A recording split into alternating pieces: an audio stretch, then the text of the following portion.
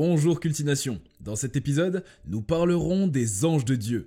Plus précisément, nous aborderons la possibilité de l'existence de 4 anges aux 4 coins de la Terre. Nous allons employer des pronoms indéfinis dans certains passages de cette vidéo, ou parfois des vous. On se doit de rester neutre et de partager nos informations sans aucune croyance. Donc d'avance, sachez que nous n'excluons aucune religion ou que nous classons l'autre. Le sujet parle du général. Comme source principale, nous utiliserons les versets bibliques et plusieurs autres sources que vous retrouverez en description.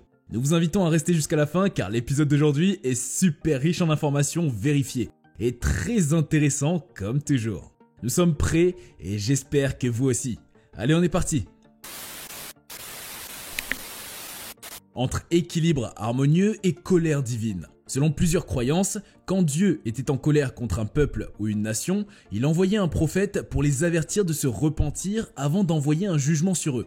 Le langage de la prophétie contenait certains éléments et une structure qui se répétait quelle que soit la nation ou le pays que le prophète était envoyé pour avertir. Et après plusieurs avertissements, les conséquences du non-respect des multiples messages de prévention sont très grandes.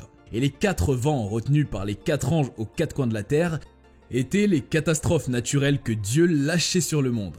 Selon les croyants, Dieu a désigné 4 archanges pour être en charge des 4 points cardinaux sur terre et pour canaliser leurs énergies afin d'aider les gens à équilibrer et à maintenir l'harmonie dans différentes parties de leur vie. Ces anges sont connus sous le nom de 4 archanges ou 4 coins ou bien 4 vents. Les 4 anges aux 4 coins de la terre retiennent les 4 vents. Le concept d'archange gouvernant les 4 points cardinaux de la Terre provient d'interprétations de passages de la Bible et de la Torah, tels que Zacharie chapitre 2, le verset 6, Daniel chapitre 7, le verset 2 et Matthieu chapitre 24, le verset 31. En effet, à travers ces textes, Dieu mentionne 4 vents du ciel. Tout comme Dieu a créé 4 directions sur Terre dans lesquelles vous pouvez naviguer physiquement avec une boussole, il a donné à ses messagers des anges pour guider spirituellement les croyants. Les 4 directions tracent une carte qui nous permettent de nous relier avec nous-mêmes et au monde qui nous entoure. La roue des directions représente les cycles de la nature dans ses aspects physiques, psychologiques, énergétiques et spirituels. Connus sous de multiples variantes par les populations de différentes cultures chamaniques, les 4 directions forment une carte ancestrale et intemporelle. Elle nous enseigne que tout ce qui existe a une place, que tout est lié.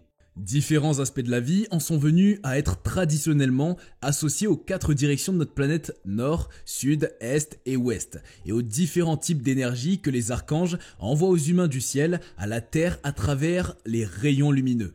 On pense également que les 4 archanges, qui sont traditionnellement associés aux 4 directions, travaillent au ciel comme garde de sécurité autour des 4 coins métaphysiques du trône de Dieu. Dans le livre de l'Apocalypse, le chapitre 7, le premier verset dit, je cite, « Après cela, je vis 4 anges. Ils se tenaient debout aux 4 coins de la terre.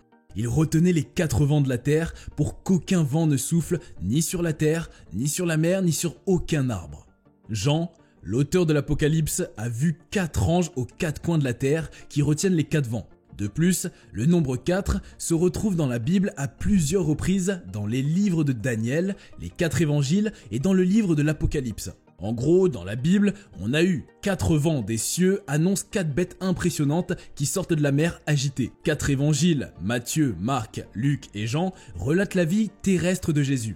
4 êtres vivants se tiennent devant le trône. Ils symbolisent les 4 attributs de Dieu, l'amour, la puissance, la justice, la sagesse ou discernement.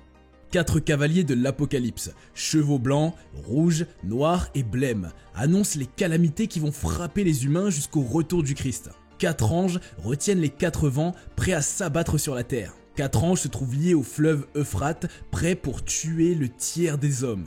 Le nombre 4 évoque également les 4 directions de l'espace, les 4 points cardinaux et donc l'étendue totale d'une action. Toute la Terre sera concernée. Le nombre 4 représente aussi l'équilibre et la symétrie. Le fait que ces anges se tiennent debout aux 4 coins de la Terre indique qu'ils englobent la totalité de la planète. De là où ils se tiennent, ils ont une vision qui couvre toute la surface de la Terre. Personne ne peut échapper à leur action. Les 4 anges.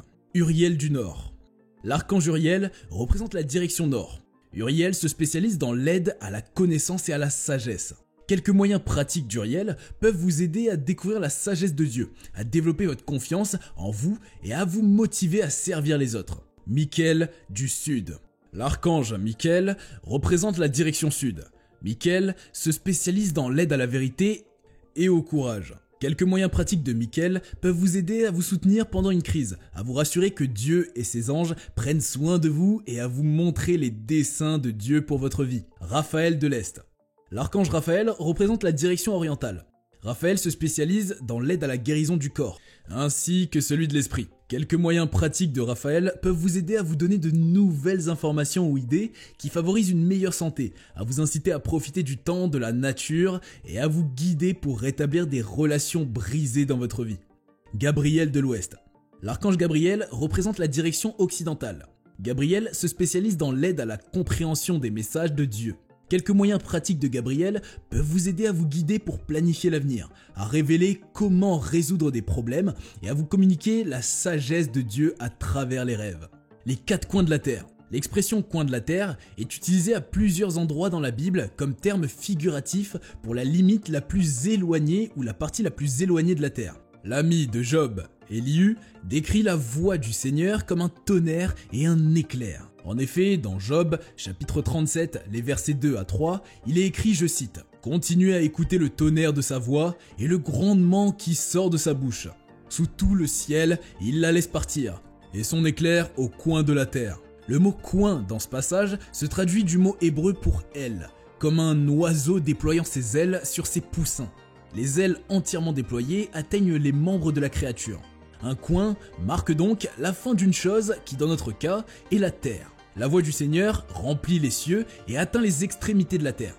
Dans Ésaïe chapitre 11, le verset 12, le prophète parle de la restauration future d'Israël où les Juifs dispersés seront rassemblés des 4 coins de la terre. Les 4 coins de la terre est une référence poétique aux extrémités de la terre dans les 4 directions cardinales, nord, sud, est et ouest. En d'autres termes, il y aura un rassemblement mondial du peuple de Dieu. En d'autres termes, il y a un rassemblement mondial du peuple de Dieu. La même idée est véhiculée par l'expression « 4 coins » utilisée dans le livre d'Ézéchiel. Mais l'événement primordial, ici, est la fin catastrophique du monde. « Fils de l'homme, voici ce que l'Éternel souverain dit à la terre d'Israël. La fin. La fin est arrivée aux 4 coins du pays. » La nouvelle traduction vivante rend la seconde moitié du verset comme suit. « La fin est ici. Où que vous regardiez, est, ouest, nord ou sud, votre terre est finie. » Dans Apocalypse 7, verset 1, la vision de l'apôtre Jean se déroule d'un point de vue céleste. Jean se tient si haut au-dessus du monde qu'il peut voir les anges debout aux 4 coins de la terre. Sa représentation de la terre avec ses 4 coins n'est en aucun cas scientifique.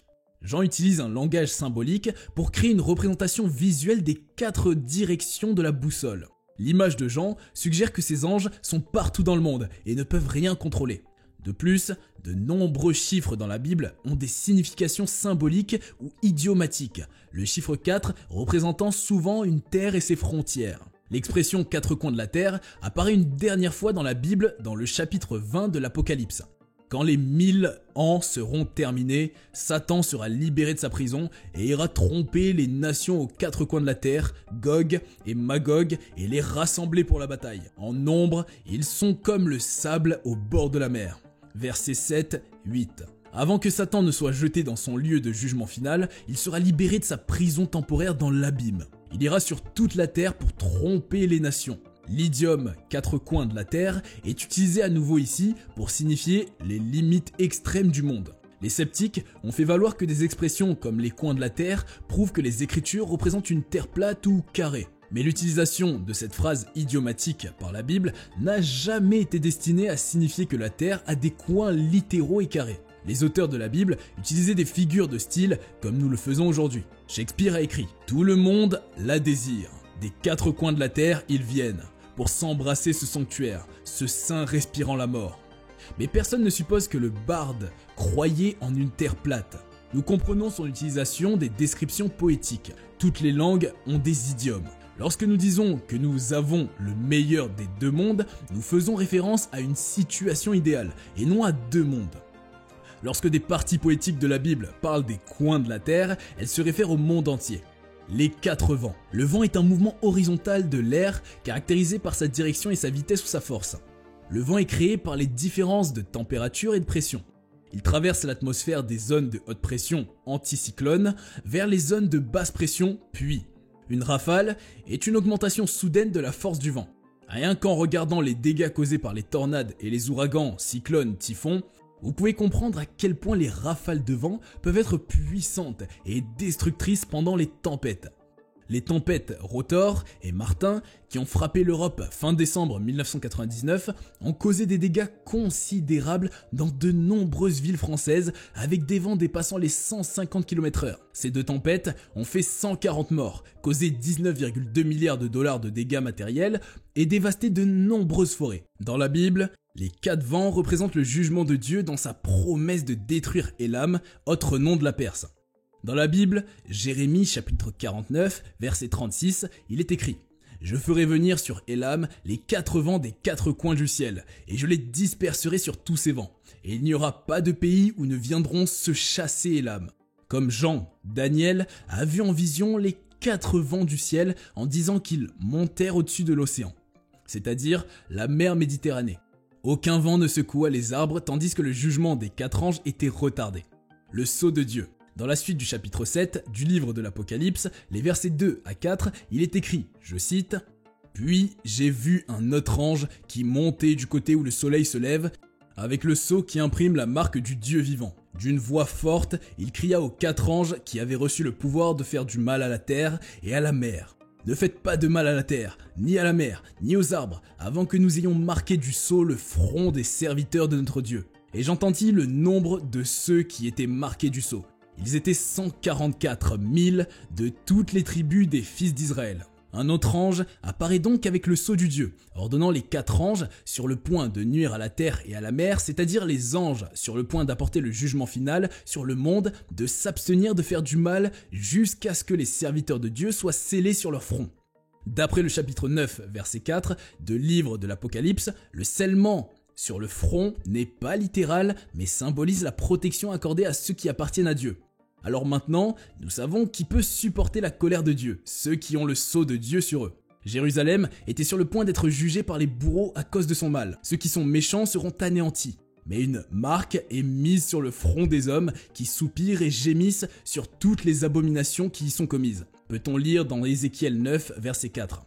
Dans le verset 6, le jugement n'épargnera pas les jeunes ou les vieux, mais ceux qui ont la marque resteront intacts. Ceux qui sont scellés par Dieu sur le front dans l'Apocalypse contrastent avec ceux qui acceptent la marque de la bête sur leur front. Dans les deux cas, la marque est symbolique.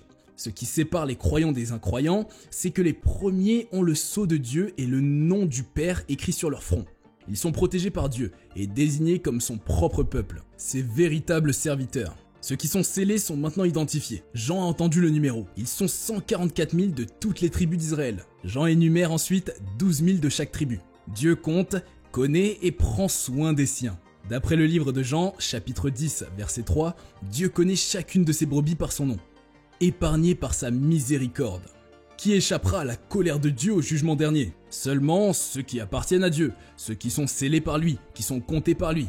Si vous êtes scellés par Dieu, vous êtes protégés et authentifiés par lui. En même temps, ceux d'entre vous qui êtes scellés par Dieu sont le véritable et nouveau Israël, le peuple élu et aimé du Seigneur. Vous aussi, vous méritez la colère de Dieu, mais nous avons été épargnés par sa grâce et sa miséricorde qui devraient conduire à la reconnaissance et à la louange sincère. Nous voilà à la fin de cet épisode. Nous vous invitons à liker la vidéo et à vous abonner à la page. Nous vous invitons également à activer la cloche des notifications pour ne manquer aucune de nos prochaines sorties. Merci et à bientôt sur Cultination.